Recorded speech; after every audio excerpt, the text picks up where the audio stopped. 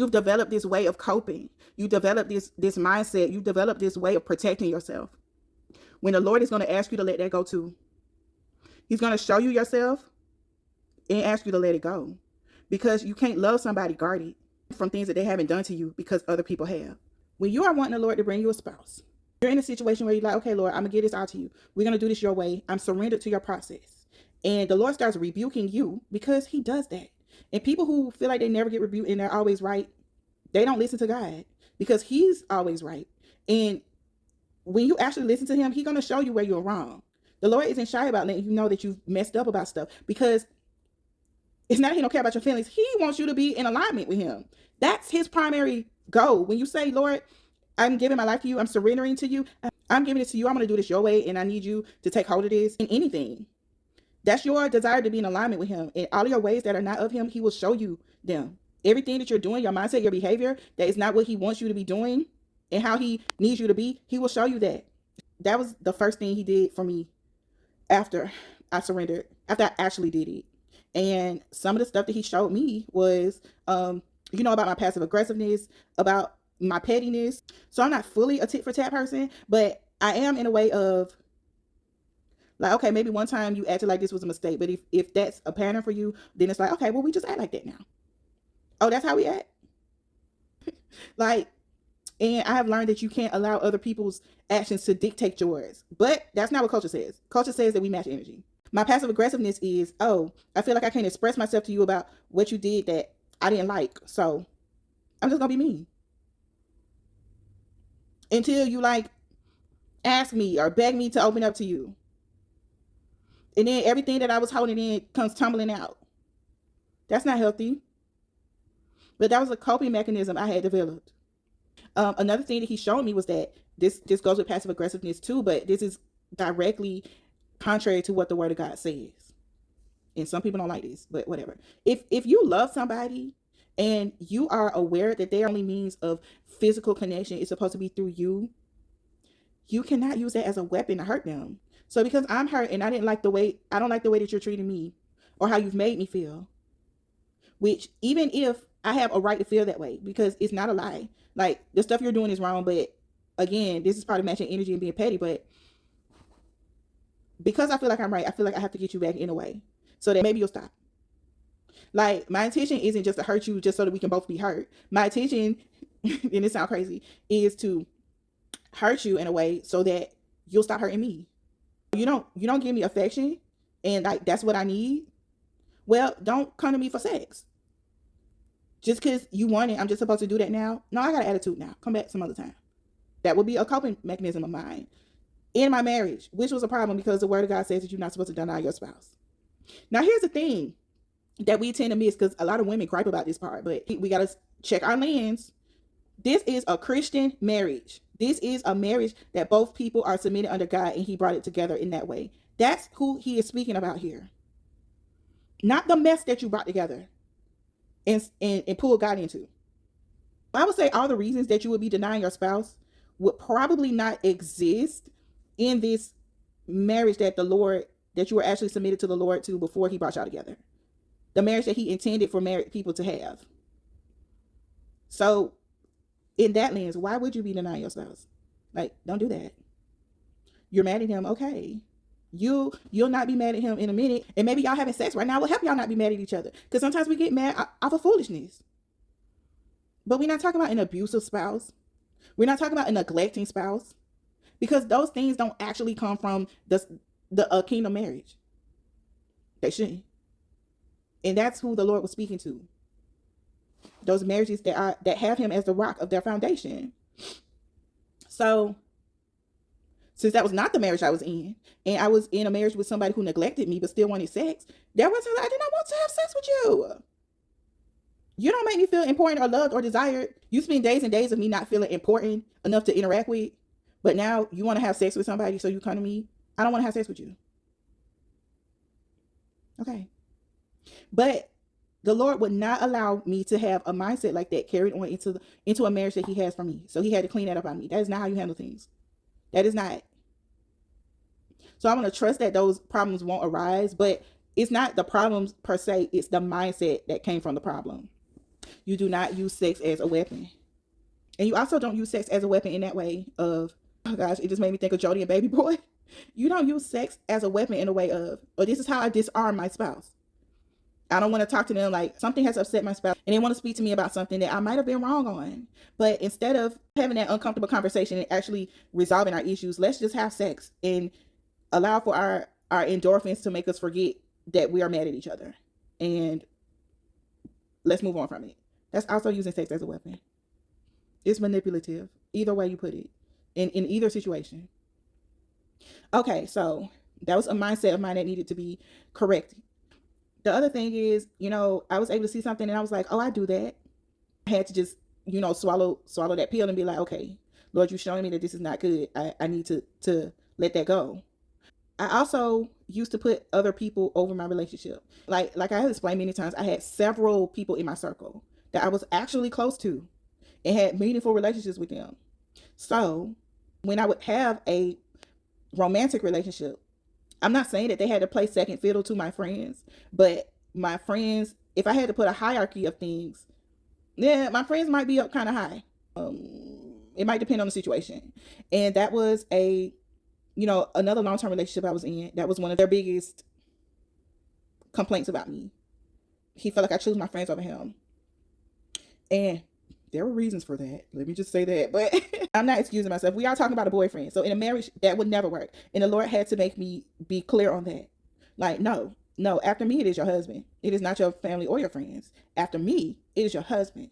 Who gets to dictate what's going on with you type thing. Your spouse should never feel like they're competing with you and other relationships that you have obtained over your life. That's not what the covenant of marriage is about. This is someone that you joined with God together. So having a clear picture of that, which a lot of people don't when they get into marriage, which is why the Lord needs to work on them so that they can understand what to have clear pictures about. Having a clear picture about that resolve some things. So like I was saying in my previous marriage, that I didn't even have that problem because the man didn't want to be around me anyway. So like my friends could get all of my time. But I'm a little embarrassed to say this, but after my marriage was over, I had made a list of qualities of things that I want my spouse to have and be. And one of them on that list, this was so important to me, y'all. I'm just trying to show y'all where my head was at. I was like, yeah, they have to allow me to have time with my friends. The Lord had to get that out of me. And I might dare to say that he removed my friends because they were idols. They were idols. And that's so sad. Sometimes he removes people because of how they are, that there's something about them hidden in them that you don't see. But sometimes he removes people from you because you have them out of order in your life. And if you are desiring to marry somebody, you can't have them in that spot. You can't. So, my friends that I would turn to because I couldn't turn to a husband. And while I was still married, I wasn't in submission under the Lord like that. So I didn't know how connected I could be to him and that I should be turning to him. I turned to my friends for everything. Just about. And they had become so important to me. Like the reason why my friends are not my family, because there were things I could tell my friends that I feel I couldn't share with my family. And then that dynamic was created as well. So I mean, even my siblings sometimes, where it's like, oh yeah, you can tell your siblings some things that you can't tell your parents, like, because your parents, they have a different lens of looking at you when you tell them certain things. But there were certain things that I learned that I had to keep away from my siblings too. My friends were like my diaries. My little diaries. I told y'all in a previous message, I used to overshare and the Lord had to wipe me out from doing that too. That's something that he started teaching me in my single season. Everything that I was feeling and going through with my husband. And part of that was because I felt so alone and isolated emotionally. My friends knew it all. That was something that the Lord showed me that I couldn't, no, you can't be like that in this marriage. In your real marriage that I'm giving you, you can't be like that. You can't be sharing your personal business. The Lord made me separate from my friends for the betterment of myself. And I was just leaning on him. And that's what it is. So I had to learn that. And there would be other little things sometimes, like, okay, you had a slick mouth before, like, okay, you know better than that. Like, it's okay to put some spice on some things, but the difference between, trying to make somebody feel something and making your tongue be a dagger. and expressing yourself. Like, it's the intent behind what you're saying, and you understand the difference. So, like, chill. So the Lord showed me myself so I can clean up all of these bad habits and things that I have accumulated over the years, and coping mechanisms. And yeah, one of the things that I was watching recently, like a theme that was reoccurring, this was Divorce Court last night actually, and I was watching something else too. But you cannot bring your past hurts into your new relationship or with the person the Lord wants you to be with, and moving with them like you would with the last person, because they used to do certain things. Like, oh, my last person was sneaky, so I had to go through their phone. Or, that person didn't earn that invasion of privacy. That person didn't earn that. Why are you doing that to them? My last person used to flirt with my friend, so I gotta treat her this way, or just whatever. Whatever someone has done to hurt you in the past, you cannot penalize the next person, especially if you're sure that the Lord wants y'all to be together, because He didn't bring you a person like that. And even things that you may know about that person's personality because of something you've observed or heard of in the past, if that person is actually brought to you together by God and He's wanting y'all to be together, just know that that's not a part of that person anymore. You're not trusting them. You're trusting God. You are trusting God. Because there's no amount of trust that you can actually give a person that can make you feel 100% comfortable that you know everything, what's in their thoughts, what's in their hearts, what they're doing when you're not with them. Like, you'll never get to that level. But someone else does have that insight, and you need to trust them. Like, making assumptions is not good. Okay, I had made a comment in one of my recent videos that sometimes the enabler is just as bad as the aggressor. If you have been in a cycle or in a relationship when you were allowing somebody to get away with a lot of stuff that they shouldn't have gotten away with, it's like you being Frankenstein. It's like you creating a monster. And don't get mad when that monster burn your village down. Okay, sometimes we allow people to do things that are terrible instead of correcting them, instead of opening up your mouth. Or sometimes we think it's cute when someone's trauma is starting to show. Like, instead of saying, oh, your slip showing, like, you're like, oh, they love me so much that they act crazy. Yeah, like, oh, jealousy is a big one. Sometimes you feel like when somebody's possessive or jealous of you, it's cute. They act crazy about me because they love me so much. No, they act crazy about you. They act crazy about somebody else. They're just crazy. But not literally, like, no, they are broken. There is trauma. Their behaviors, it's all of their trauma just throwing up on you. And then some people look for the next person to be crazy about them like that too. Oh, you don't love me if you don't act like this, because the person that loved me so bad, they used to go crazy about me. They were just being very unhealthy. And it made you feel good. Your unclean spirit of pride was, I don't know, tickled because they were doing that. Mm-mm. Mm-mm. Emotional control, self-control is a fruit of the spirit. And if someone isn't showing self-control, that's an indicator that they don't have that working through them. There's a spirit working in them that is allowing for them to act that way. And that's the truth. Okay, so there are about 2 more points that I need to hit on. One of them is, there's somebody who wrote this song, and they must be like a genius or something. And the song is basically about someone loving you fully exposed. Your flaws, everything like that. Put a pin in that. But the Lord was bringing me to these songs. And one of them is called Stereo by John Legend. He also reminded me of another John Legend song, which made me like, what do John Legend be going through? Called I Used to Love You. I believe I'm saying the title correctly. And the song No Scrubs was brought to my attention.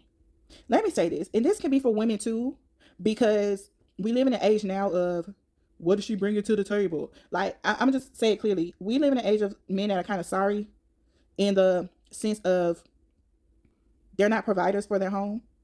And you might say that this day of age does not require that. Oh, that's old stuff. Oh, being a provider is in the 1950s. Women are able to get jobs. They should be earning too. Which, okay, say all of that stuff, and then listen to me say this. If a woman or a man, so now I'm leveling the playing field, I do believe that men are supposed to step up to be protectors and providers. I do believe that. But in this day and age, if a man or a woman cannot supply the needs of a relationship, and they're looking for someone else to carry them, they're out of order. Women go through this too, and I've gone through this. You know, I shared this in my story briefly with the guy that the enemy sent me. I briefly went through this for a moment, and I might be being dramatic, but listen, when someone sees you, man or woman, and they think that you earn a lot of money, sometimes they want for you to accommodate their life. They don't have any intentions of adding to the pot. They don't, in any way that looks. You know, you may be a person that don't need a woman to add to the pot financially, but to add to our standard of living in different ways, in other ways. You know, we usually talk about having the home in order as being the balancing to that. But vice versa for men, because there are men who take care of the home physically while a woman is earning more, and they don't feel used or taken advantage of, because it's not about splitting things. It's about mutual effort at the end of the day. So if you're ever with somebody on either side of the fence where you felt like, I pour into this family and this household so much, and I've been taken for granted because the person I was with has not held up their own weight to take off any burden on me otherwise, or it's like I'm doing everything, and honestly that they're being sorry. They don't contribute to this home that we're supposed to be making at all. It doesn't feel like a home. It feels like I'm expending myself and they're just taking. Trust that the Lord didn't bring you with that person, because that is not reflective of what the Lord would want for you. I'm just thinking about the songs that I just thought of. The I Used to Love You song was about a man being in a relationship and a woman making him feel like he wasn't worth anything because he wasn't providing life to make them live up to the standard in which she wanted. Okay, the song called Stereo was about a woman who used to chase after men who were well established or famous so that she could be provided the lifestyle that she wanted. And we all know No Scrubs, but the thing I'm thinking about No Scrubs is that, first of all, a wealthy person wrote that song. And I feel like a lot of women sometimes have developed that mindset because of that's what was being preached at the time. That's what was in the culture. If you were there, you know how big that song was. It's a moocher. There's a difference between you having a partner who you need to contribute to in a way that they may not have that, and they're also contributing back to you. But it's a problem when it's one-sided. You feel like you're not getting anything back from that partner. That partner isn't pouring into you in any kind of way. And I think the mindset that has been adapted is taken out of context. And I'm just speaking about those songs. You know, No Scrubs is one thing because it's a user. We're talking about users. We're not just talking about, I want someone who is financially stable. I want someone who's mentally stable. I want someone who can pour into me emotionally. I want someone who can uplift me when I'm down. I want someone who can take care of the home when I'm away. I want someone who can meet me emotionally and provide my emotional needs. I want someone who can fill in my blind spots and who can give me godly wisdom, who can be my helpmate. Men want that and need that, even if they don't understand that they need that yet. And the Lord provides that when he provides a wife. So when you're with somebody who doesn't give that to you, then that's an indicator of this isn't right. This isn't right. Most of the people who ask that, well, what do you bring to the table question, talking about men, because men like to ask that nowadays, don't understand biblically what a woman is supposed to bring to a marriage. What favor comes with a woman, what a woman is supposed to bring to your life, the peace, the stability that comes with a woman who hears clearly from God. They don't understand that it's priceless. And because they've been with these women who are moochers and don't have that, and the Lord never intended for them, it develops a mindset of them that I need to protect myself from being used. I gave myself to these women. They didn't deserve you to give them that in the first place. But you weren't listening to God anyway. So I gave myself to these women in this way. I protected and provided for them, being a husband to somebody who was never supposed to be my wife in that way. And I didn't get what I felt like would have brought me peace in exchange from them. It's because they didn't have it to give to you. What you were looking for in exchange, they didn't possess that. So of course you feel used. But back to these women, which they sorry too. You know, those songs, those two, Scrubs, Bills, those were supposed to be about women being taken advantage of. They're wanting to mooch off of somebody who is in a better position than them and not returning anything back. things were just out of order. People take the concept out of context and run with it. And that's how you have all these women feeling entitled, thinking that you're supposed to provide their life for them. Y'all not married. Y'all not going towards marriage. Y'all not even like that, but they expect for you to provide things for them because they have taken a concept out of context and run with it as part of a mantra or their values. And that's also coming out of a place of hurt, because they've been used too. They've been hurt too. Everybody just trying not to be hurt. Oh, let me get them before they get me. That's usually what that is. Oh, let me take from what the man thinks is important before he can take from me what I think is important. Because women are, ooh, come on, Lord, bringing up this stuff for me. I don't even like this song, and I knew I was paying attention to it for a reason yesterday. Soul of a Woman by Kelly Price. That came on yesterday before the Lord started talking to me about all this stuff. But yeah, women are created to be able to give men that help, to be able to give men that peace, that part of God that He wants for them. And a lot of women feel like they've given that to men, and the men just took it. So in order for them to protect themselves, they say, hey, I'm going to take what's important from this man so he can't use this from me without me getting something first. So then I won't feel used for pouring myself out to this man. Women were made to pour themselves out to me. But when you do that to people that you're not supposed to, and in situations that you're not supposed to, you feel used. And it creates you to be a person that is operating out of hurt and trauma and not being healed from your hurt. And it's just a repetitive cycle of people just trying not to be used and hurt, when what they should be doing is relaxing. Because them being with someone else because they're not whole themselves, they're looking for companionship instead of looking for wholeness and loving themselves through God. People who found wholeness and loving themselves through the Lord, they're not part of that. Like, it's like, you can't play with me like that. And I'm not trying to play with you like that. Bringing me back to the point that I continue to come back to. We got to stop idolizing other people, relationships, marriage, things like that, and get to learn and love ourselves, and get to learn and love the Lord and be submitted under Him, so that we can present to people healthy that He wants us to be connected to in life and in marriage. And so many of us are not doing that. And it's causing so much pain and broken people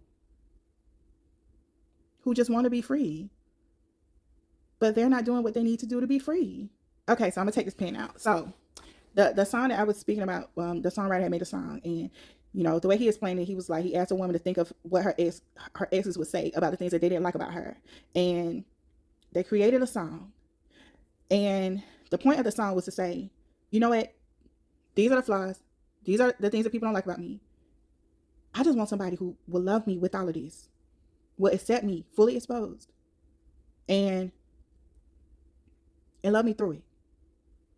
Anyway, there was another song written by another wonderful songwriter that spoke about loving someone through their flaws as well. The woman was doing the same thing, talking about her relationship that she had at the time, and just speaking about, you know, these are the things that I know I messed up about me, and you love me anyway. And I believe everybody wants to love like that. But in also saying that, everyone deserves a whole love. Because some of the things that are flaws about us don't have to be flaws. Some of them are just mindsets, habits, protective mechanisms that the Lord needs to clean up from us. A lot of people want to be accepted as they are. But if they ask the Lord to show them who they are, the Lord might show them that, no, you're pretty jacked up. I'm not going to let my child accept you for who you are. We're going to fix this, both of y'all, and then y'all can actually have healthy love. But ain't that how Christ loves us? Huh? That first song, I really feel like that explains the love of Christ. Because in the first song, I'll put it in the comments. You know, I know how people feel about secular music. And there's language in some of the songs that you wouldn't agree with or use. But if you allow the Lord to speak to you and try to look beside that to get the full picture of the point, He might be able to speak to you about something that you would have otherwise shut out. But that first song, it also spoke about just the perseverance of loving somebody for what's hidden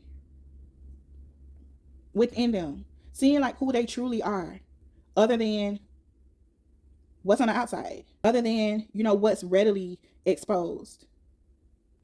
Can somebody love me for what's actually deep within me? Like everything that's deep in there. And I truly believe that's the kind of love you get when you allow the Lord to lead you to the person he wants you to be with. I truly believe that.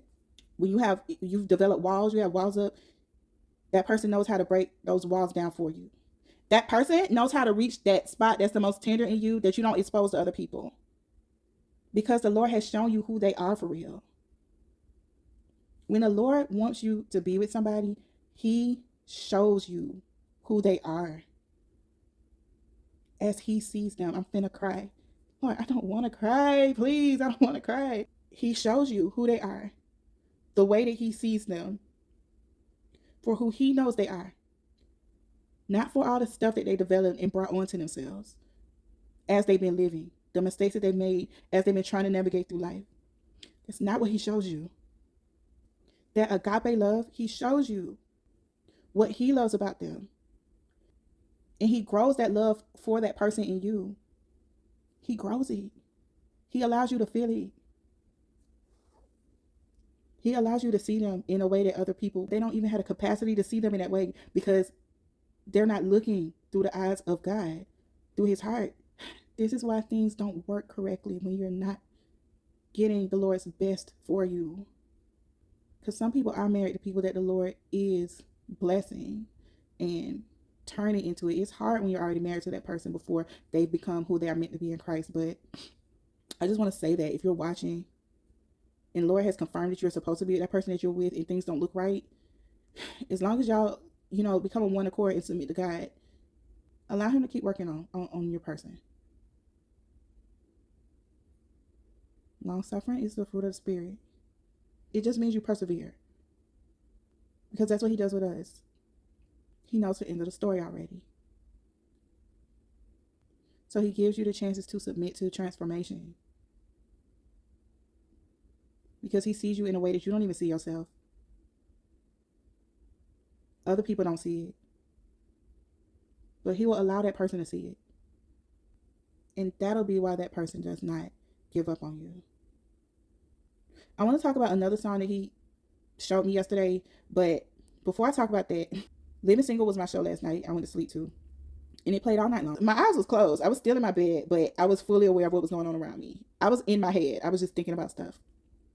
And I heard the TV. At first I thought another episode of Living Single was coming on next, but no. We on House of Pain, okay? I don't even watch House of Pain. So I'm not familiar with the characters at all. But I knew the Lord wanted me to pay attention to it. The episode, this was this morning, y'all. After I already knew that I needed to make this message, this is what came on for me, my TV for me to pay attention to. The episode was about a man getting out of a relationship. I think the character's name is Calvin, Lance Gross's character. Apparently, he was in a very toxic relationship with somebody he was engaged to. They called the engagement off. But this episode opened with him trying to get advice. Like, he was like, I want to reach out to her. And then people he was talking to asked for advice of what to say. Like, what he was going to send his text message. He wanted to make sure he was wording it right. He was like, he misses her. He wanted to get back with her stuff. And they were like, that's a bad idea. And one of them was like, what is your intention of reaching out to her? And he didn't know. He was like, I don't know if I want to get back together or not. And then they were like, well, if you don't know, then don't reach out to her. She's trying to heal. She wants to get over you. And he was just saying he's unsure whether they should be together or not.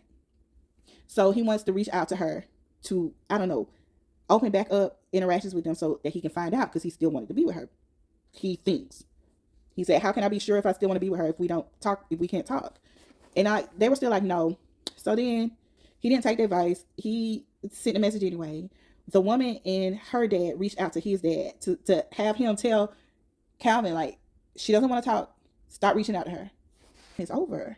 So when Calvin and dad was talking, he felt so just dejected. He was upset. And what he said was, he had been married before. He just wanted to be married. He wanted a family. He wanted the kind of family that his parents brought him up in. That's what he wants. And he thought he was going to have it with this woman. But everybody around them was like, this was toxic. Y'all were not good for each other. And at the end, Dad was like, are you going to finally let this go? And I think he said, okay. what I got from that was a lot of people, this is again marriage being an idol. It's not even that they want the person that they be fighting so hard to hold on to. The song End of the Road came on yesterday too, and I was just like, the more I thought about that song, the more confusing I thought it was. Like, I know when I was a kid, when I heard the End of the Road, I used to think it was about a relationship ending, end of the road. But when you listen to what they're saying, it sounds like they still want to be with a person, and it just confused me yesterday. And I think that was purposeful. People be confused. It's like, oh, this isn't good, but I want it. It's not good, but I want it. This food don't taste good, but I want it. That movie ain't good, but I want to see it again. Why is this the only area where it's just like, this ain't good, but I want it? When it comes to love, people can't let go of stuff for something better when they know it was bad. And when they were in it, they were miserable. Like the overall picture. Yes, ups and downs. Yes, maybe there were good things that probably it had to do with flesh, things that made you feel good. But your emotional space, was it actually good? Did it bring you peace? That was another thing that the man said. The dad was like, you know how I know that this woman was for me? And he was like, your goal shouldn't be you want to create a family that was like our family growing up. You need what God has for you. You need to want the family that you're supposed to bring up. So, like, there were a lot of little nuggets in this episode. And like I said, I don't watch the show, but I was like, this is purposeful. It's like, don't compare other people's marriages and family and even the one that you grew up in and try to aspire to have it. The Lord, what the Lord has for you is for you, and it's prescriptive. I would say that it is specifically rolled out to be what it's supposed to be for you and the people who are in it. I'm glad that the dad said that, because a lot of people will hear that, like parents will be like, yeah, the child be like, I want to be raised up just the way that you and dad raised us up. I want my family to be that way. And a lot of parents will be like, think that that's good. Like, that's great that you want it. It makes me feel good that you want that. And they wouldn't tell the child what they actually need to hear, which is like, no. You're looking at our relationship from a child's eyes because you're still our child. Even if the relationship was great, you don't know everything. You don't know what was part of the relationship before you got here. You don't know the things that we've hidden from you. You don't know all of the parts of our relationship. You're looking at it through your view. That's something that we need to understand too about anybody's other relationships and marriages that we get to observe. We still don't know everything. We don't know what stuff people hide between themselves. We don't know what types of struggles and things that they actually have to endure. We should never aspire to have someone else's relationship be ours. We should trust God that he gives good gifts and he's going to give us what we're supposed to have if we allow him to do that. At the end of it, he was like, he decided to let it go. The dad made a comment about how his soul is at rest, is at peace with his wife. And that's the way it should be, wives and husbands. You have dysfunction and turmoil and chaos. It's an indicator of something's not right. Now, I'm talking to people who are waiting for a marriage right now. But again, if you're already in a marriage with dysfunction, chaos, and turmoil, y'all got to take it to God's feet. Y'all have to actually be clear on whether the Lord wants this for you guys. And then y'all actually have to allow him to create y'all to be the people that y'all should have been coming into the marriage, so that the marriage can be fruitful and do what it's supposed to do, because marriages aren't supposed to be turmoil, dysfunction, and chaos. They are not. You don't believe that the good Lord of the universe created marriage so that can be your marriage, do you? That's his intended way that marriage is supposed to look? If you don't believe that, but your marriage looks like that means something's not in alignment with him. His word, the word of God explains what marriage should look like. And a lot of marriages don't mirror it, which is why there's dysfunction, turmoil, and chaos. But people don't do what they need to do to avoid that.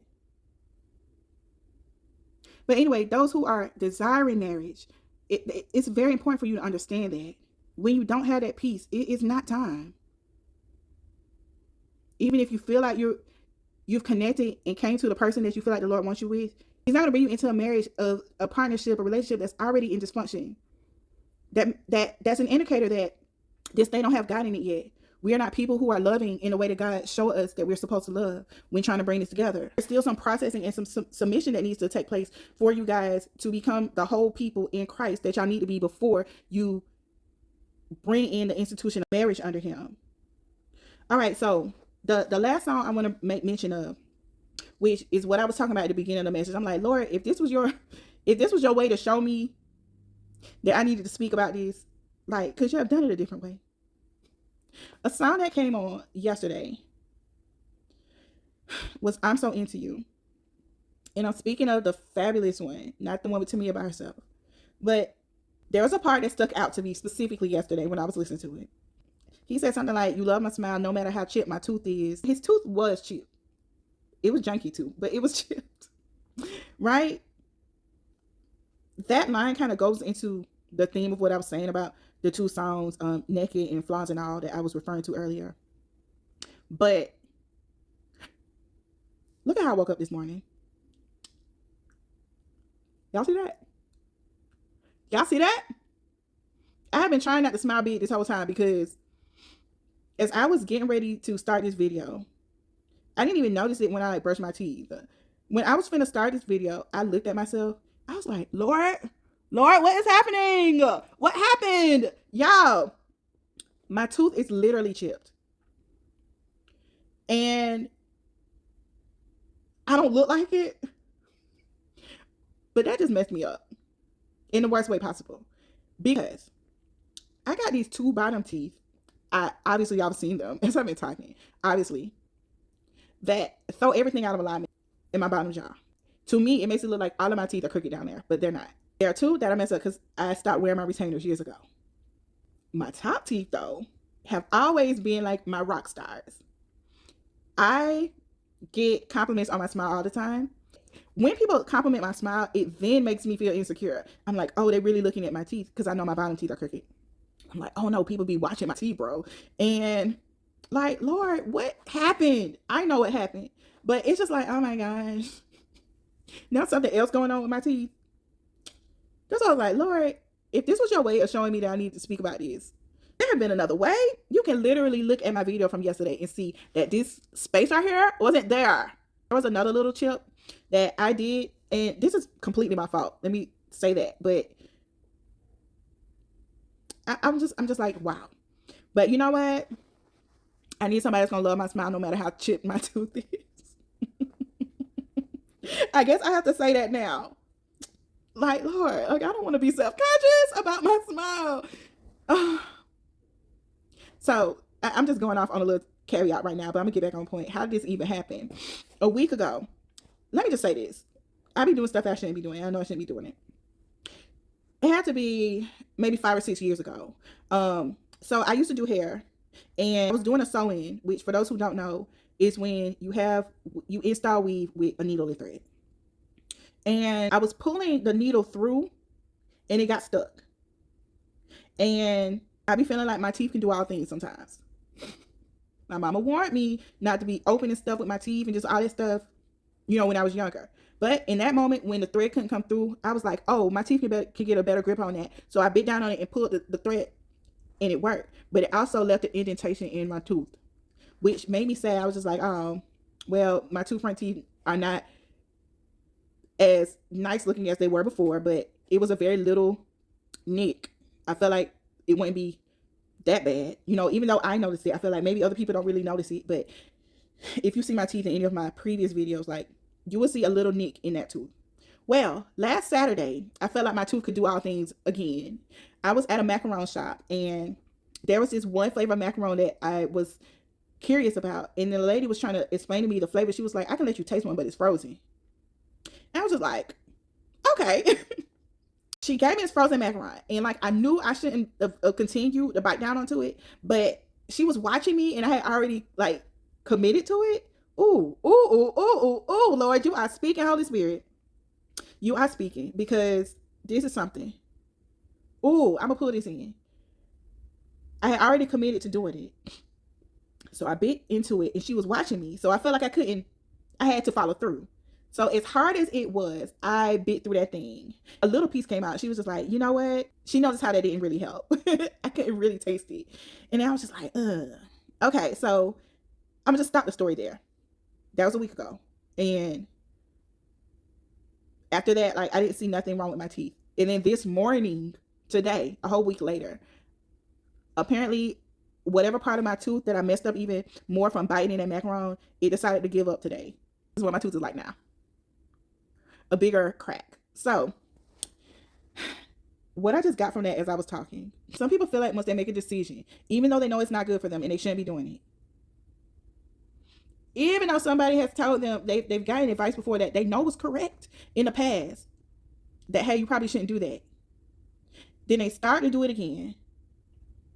They feel like they've committed to it, even though they know it might be harmful to them because someone else is watching. If I was alone, I wouldn't have continued to bite through it. It's like, oh, she's waiting on me. She's expecting me to give her an answer. She's expecting me to give her feedback, and she's watching me. Those components was what made me follow through with biting through this thing. And now today, my tooth messed up. It didn't happen immediately. It took some time for me to actually see the damage that it caused. And that was a whole word. That happens with us in relationships, don't it? We know better, but we feel like for whatever reason, I started this thing. People are watching me. People have their opinions about what's going on. People are expecting things of me as well. I'm just going to follow through, even though I know that in real time, this ain't right. I shouldn't be doing this. And the fallout, the result of following through may not show up immediately. The damage may not show up immediately.